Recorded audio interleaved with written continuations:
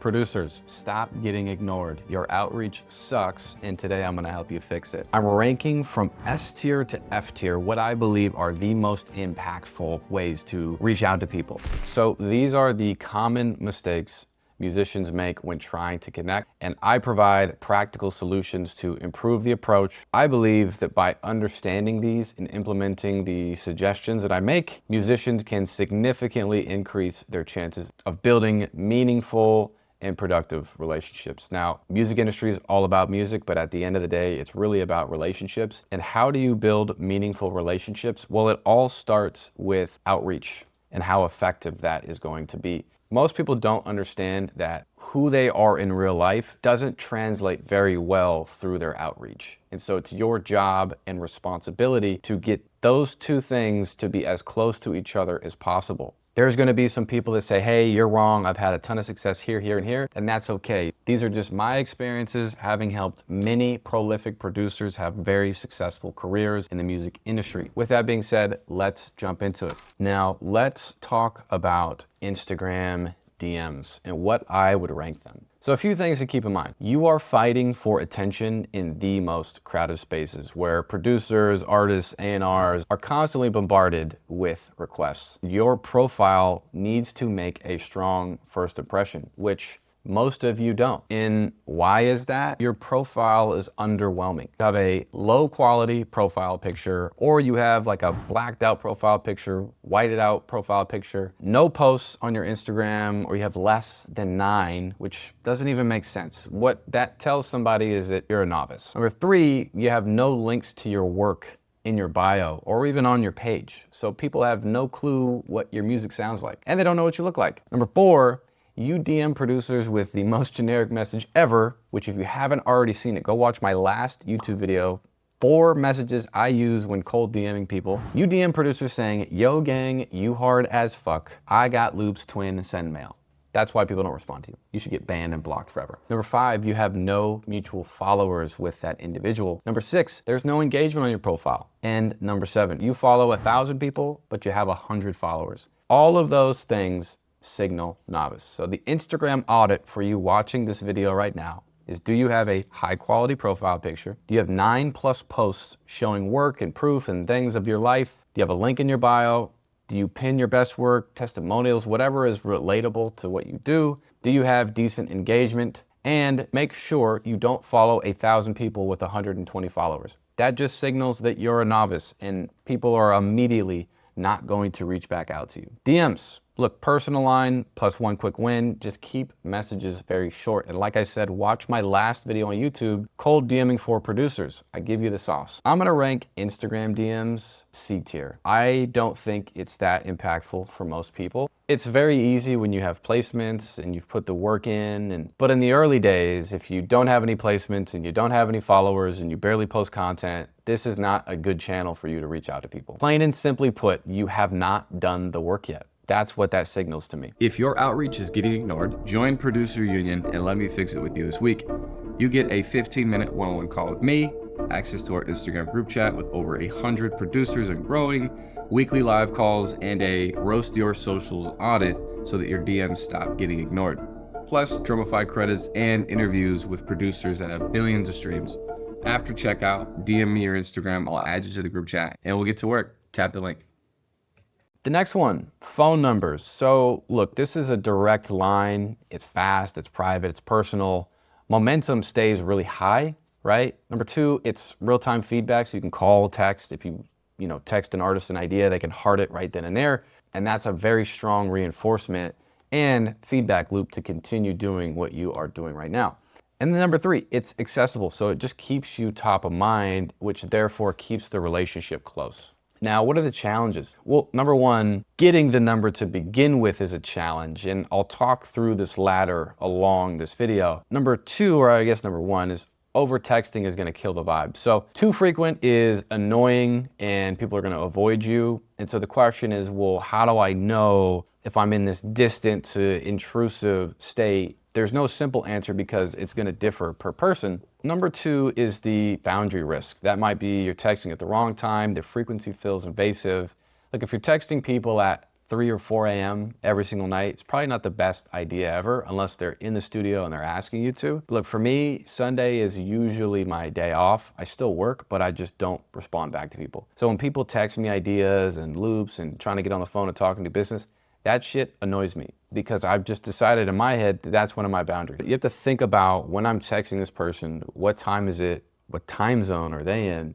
Are they dealing with something, right? Did they just deal with like a tragic event? Are you texting them beats after something horrific just happened to them? You got to read the room and be aware when you have direct access to somebody like that. So my point is that it's really hard to figure out where you fall in line here, but be consistent in the value that you provide. Don't spam people and be cognizant of when you send ideas. I think those things go a really long way. And also getting on the phone with people is a great way to humanize this exchange where you remind people, hey, I'm a human, you're a human, and you get the opportunity to build a strong relationship with them. And so here are some pro tips, just so you don't blow it. Send one idea every day or two. Maintain the consistency. There's gonna be long periods of time of you texting ideas and not getting a response. And that can come across as you're being annoying, and maybe that is the case. But generally speaking, I will text an artist or a producer, whoever, and so will the producers on the team for months at a time with little to no response. That's one tip, is send stuff, be consistent, right? If they tell you to stop, then maybe stop. Never had that happen, by the way. Number two, you want to front load the outreach. So don't spam a couple attempts, but you really want to nurture. So that means provide a ton of value up front right away. Don't be annoying. And then over time, just nurture that relationship. And then number three, personalize and lead with quick value in every message. So I do see a lot of people just send one beat and nothing else. And that's great. It also doesn't hurt to personalize something here and there. Once again, I think it's okay to have this thing called relationships where you actually talk about stuff that's not just about music. Now, look, phone, just set boundaries. Be fast, short text, follow up with increasing cadence early, and then sort of taper off.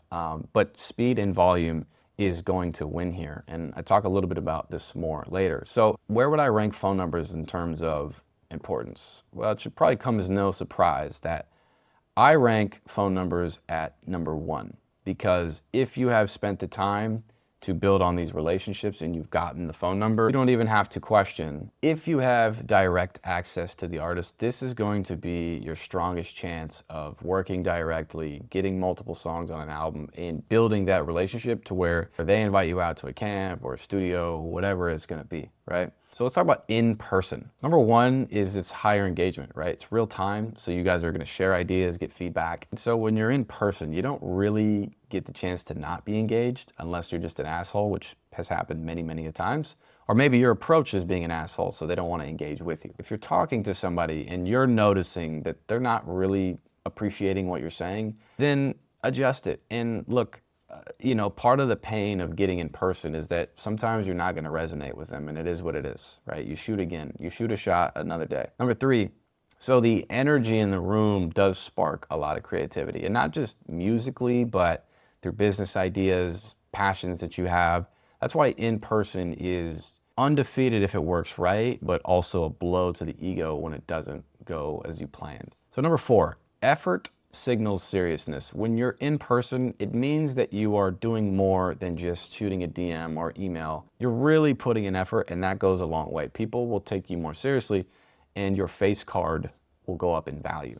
Then number five, look, human to human moments just build trust, and it creates smoother collaborations. When you're in person, you can't really put up a front of who you are. You can try, but it's not going to work very well. This is the most accurate and honest version of who you are. Let's go through the challenges. Number one is the time cost. You have the travel, that's gonna cost money.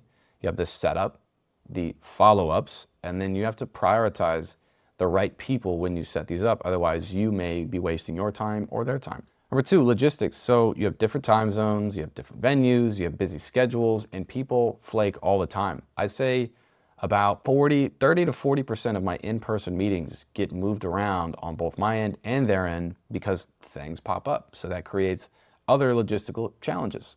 And then number three, you have to accept that if you do meet somebody in person and you decide to follow them on Instagram, or you're like, hey man, follow me back, whatever, they're going to judge a book by its cover. Your Instagram is very telling of where you are at in your career. And that doesn't mean that someone's gonna judge whether or not they wanna work with you based on that, but it is a strong indicator of, have you been putting in the work, right? If you're talking to someone that's been doing music for 15 years and had a lot of success, and then they go to your Instagram and you have 300 followers, no mutual followers with them, and 2 posts, what do you think that signals to them? I like this kid, but he's obviously a rookie, and it doesn't really make sense for me to jump all the way down here just to work with him. And that doesn't mean they'll always be like that, but you have to accept that when you get in person with people, the next natural thing they're gonna do is go to your Instagram and do an audit and decide whether or not it's worth it to continue the conversation and build on the relationship. Continuously going out and being positive about the exchanges will 100%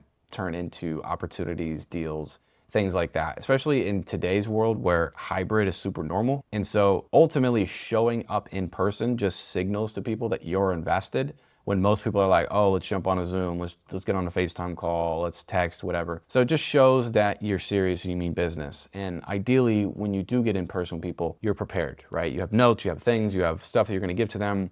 Not like, oh, I don't know, I just wanted to meet up and see how it goes, because that doesn't typically create the desired outcome. I would rank in-person meetings B tier. A lot of this in-person meeting is gonna be determined on the work you've done beforehand and the audits you've done with your social media and some of the success you have or haven't had. So in-person has the opportunity to be S tier, but I think for most people, it's going to be on that B tier where you're still grinding, you're still trying to figure it out. It does 100% put you above an Instagram DM, and you have the opportunity to build a lot of meaningful relationships. And B tier is where I've met and built most of my relationships while I tried to figure things out. Loop and business email. Here's the common mistakes and the reply killers that I see.